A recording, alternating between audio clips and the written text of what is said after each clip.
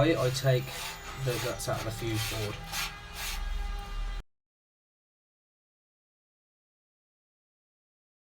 Morning guys, I'm back at the flats today to do some bits which I want to show you. Quick update about the van. I've got the seat covers on. I've got some more bits coming, so I might do a little video on that. I noticed the other day, as you do, I started poking about. I can hear a little noise from the offside, so I checked it out. I couldn't find anything. I thought it was the suspension strut, so I took it straight back to the garage yesterday, and the mechanic looked at it and said, "Yep, the strut's gone." So they've agreed to get all the parts, and I said to them, "Look, I'll fix it," because they couldn't do it for 2 weeks, and I can't keep going backwards and forwards. So they're getting me all the bits, which I'm going to pick up today, and then I'm going to repair it, which I don't mind actually, doing, because I'm going to service it anyway. And I've also ordered some pads and discs because they're fine, but they're looking a little bit on the ropey side. So I'm going to do those as well. So yeah, Fiat, fix it again tomorrow. You're right, but no, it's going to be fine because I'm going to do those bits, and then the van's going to be fine. So let's get in again. Let's get a coffee, and then I'll show you the job. Got this fitted. It's not working yet, but I'm just waiting for the buttons.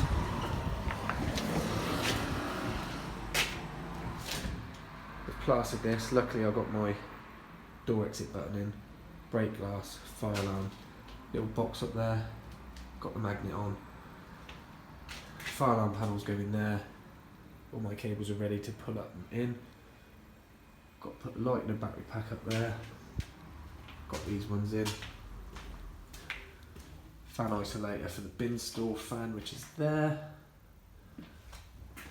PIR, light to go there, fire alarm. And today I'm going to clear all this crap out of here, change this fuse board, test all my stuff, and then I can actually get this lighting on in here. If you remember from a previous video, there was a wall here and this mains was bolted to it, so all we did was take the boards off, push them to that wall. They dug the floor out and we rerouted the cable up that way, so now they can fill that floor flat. They're going to build a cupboard here. I've capped this cable. This is for double socket. I've capped it, but it's actually going to be inside the cupboard, so just wanted to cap it so it looked a bit neater. But so yeah, that's that done. To show you this, this is a little battery pack that we use on the downlighters, on a standard downlighter. That comes with the plug. So on these you get a little indicator neon for the battery charge. You drill a 20mm hole for that in the plasterboard. That's the battery connection that you just plug in. You lose this above the ceiling, then you put your downlighter in. It's very easy. This goes to your lamp, so this goes on your downlighter plug, and then this is your cables coming in, which sometimes they come with plugs, sometimes they don't, but we just buy these little plugs so you can unplug them when you're testing and stuff. Basically all this is two batteries and a transformer power pack unit there. I've just quickly chucked some metal ties on these mains cables along with the plastic. Obviously just chuck some metal on, just gives it a bit more fire protection. If it was ever to have a fire and melt, they would hold onto the tray.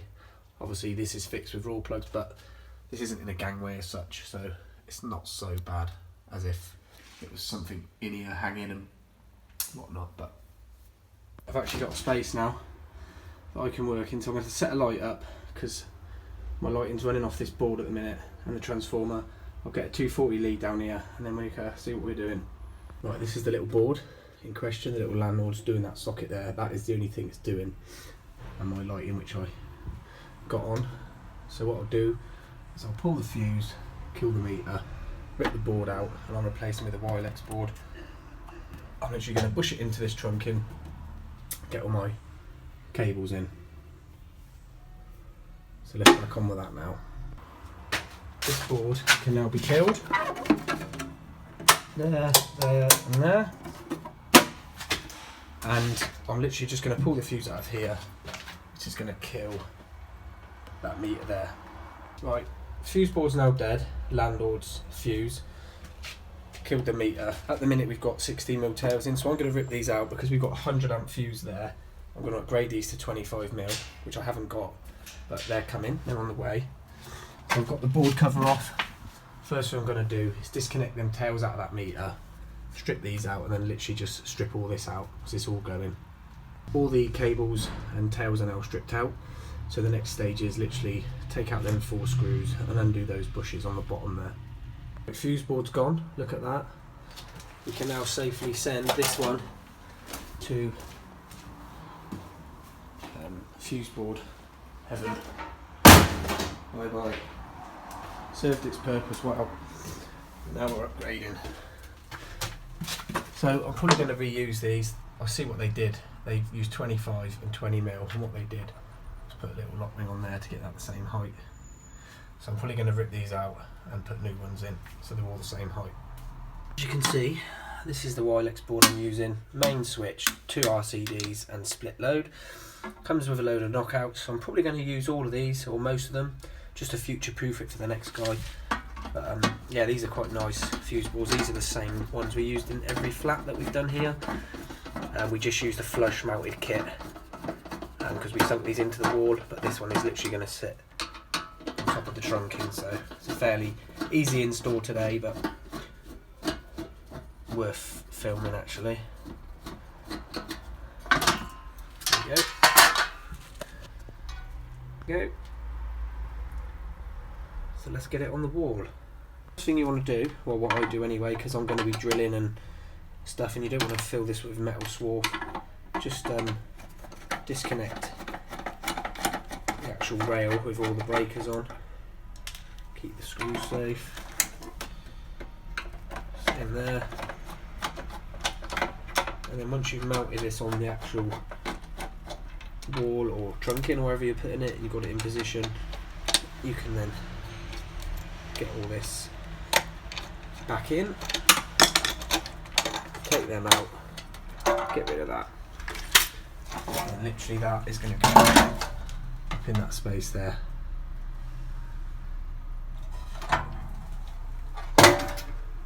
Clearly these are 25mm knockouts. I'm just going to open them out with my stepped hole saw, 25mm. Been drilled out. I'm going to file these up and then drill my hole through the trunking next.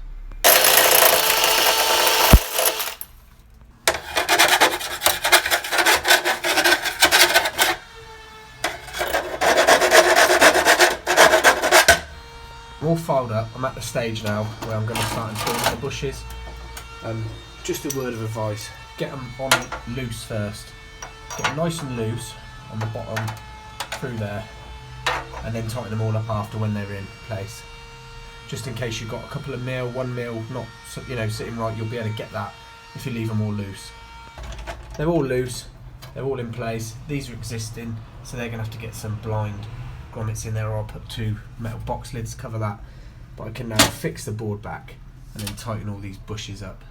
There we go, fully installed now. The fuse board is, I'm going to put the breaker bars, the breaker and the bar back in, and then start getting my cables in. Okay, so first things I put in, that was an existing bond off this trunking, which I think was quite nice, so I've left that. I've put a main 16mm earth cable in, goes to our main earth block here. You've got a main earth that comes from there. You've got water and gas as they come in the building, and then you've got corresponding flats, 1, 2, 3 and 4, and then that is the one that goes to our little landlord's board, so I'll label that up, landlords. My cable's out. I've got one end of my ring main there, the other end is here, but I've got to feed a socket back entry. I'll just show you. Look, little van out there. Chased this in the other day and some muppet has filled it, so I've got to break that out and then drill back entry and get a feed into this socket for the ring main. Shout out to Mrs. Reeve, legend, making my lunch. I'm working through again. I'm no hero, but sometimes you just got to do it. Right, I've drilled that socket out, back entry. That now comes up below my fuse board there. So I might even reuse one of them pipes there, I'm not sure yet. But I'd like a bit of conduit, but I haven't got any, so I might just P-clip it down and then back entry it through the wall, so it's done. I'm not waiting for the painters anymore. So he's going to have to take that off or paint round it, so I'm not waiting anymore. commentary. I've just bushed it into the trunk in there, P-clipped it down, kept it on the ring main, brought the other leg into there. So I've put the lid back on now. I've got all my cables in that need to be here, so I'll run through what we got. We've got a lighting circuit, we've got a ring main, we've got a cable here for the fire alarm panel wired in FP, we've got a cable here for the door access and an aerial, we've got a cable here for the fan in the bin store that runs through that little time clock there that I've put in, and we've also got an FP for a smoke vent supply that's up on the roof. I'm still waiting for the tails, but at least I can second fix this now. Board, you will get this 2 little buzz bars, and then if you read there it says come on, fit this end pin into switch RCD. So that means is that end will go into the main switch there, and the others will go into the breakers. Obviously I'm doing it one-handed.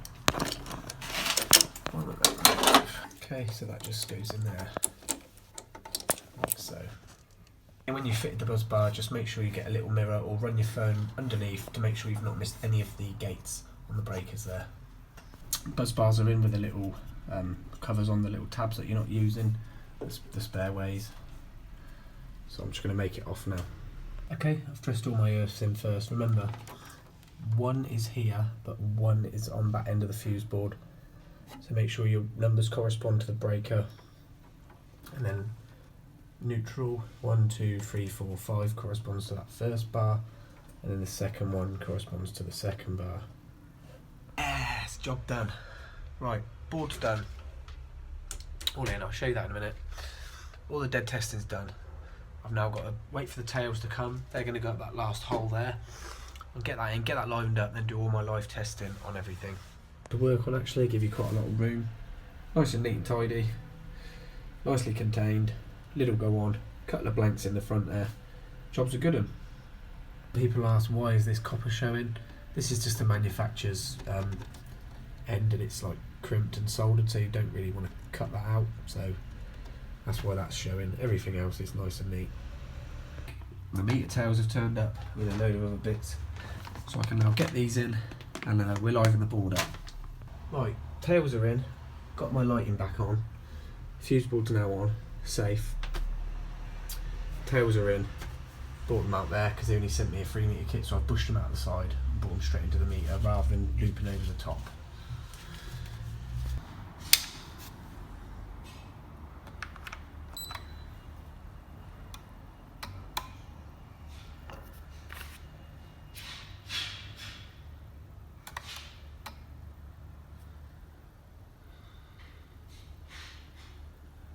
Right, I got me fan circuit live, goes through the time clock, isolation's there for that time clock, and then I'm waiting for the fan isolator, but as you can hear the fan is now on, so I might leave that on just to get rid of some of the dust. Put this pendant up.